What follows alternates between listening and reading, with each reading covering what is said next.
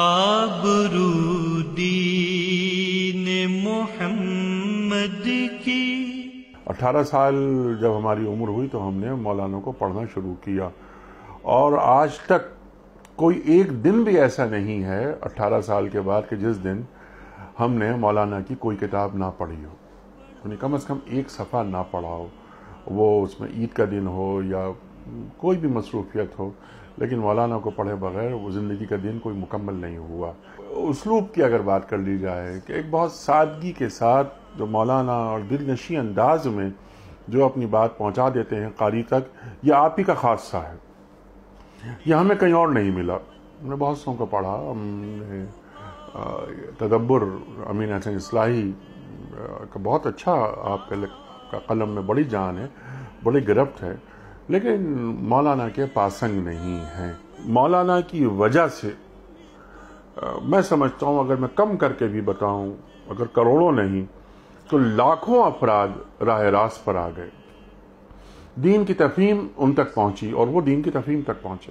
اللہ اکبر، اللہ اکبر، دین کا ان کا سینہ دین کے لیے کھلا۔ یہ مولانا کا بہت بڑا احسان ہے۔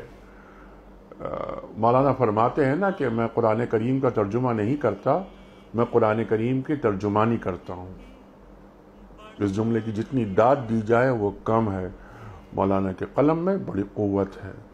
مولانا اپنے قاری کو اپنا اسیر کر لیتے ہیں اور اسے مطمئن کرتے ہیں، اسے لاجواب نہیں کرتے۔ دلائل کی بھرمار ہوتی ہے کہ آپ مولانا کی بات کو قبول کرنے کے لیے آمادہ ہوتے ہیں۔ بہت سے افراد ہم اور آپ جانتے ہیں کہ جنہوں نے مولانا کو پڑھا لیکن اصل میں وہ مولانا سے اختلاف رکھتے تھے یا مولانا کے مخالف تھے۔ جب انہوں نے پڑھ لیا مولانا کو تو مولانا کے حامی ہو گئے۔ نوجوان نسل کو یہ پیغام دینا چاہوں گا میں، خاص طور پر نوجوان نسل کو، اور کئی دفعہ میں یہ بات کہتا رہتا ہوں اور آج بھی کہوں گا کہ مولانا کی کتابوں سے ایک تعلق پیدا کر لیجئے، ایک جڑاؤ پیدا کر لیجئے، تھوڑا سا پڑھیں لیکن مولانا کو ضرور پڑھیں، جانیں کہ مولانا نے کہا کیا ہے اور مولانا کا کینوس کتنا بڑا ہے۔ آبرو دین محمد کی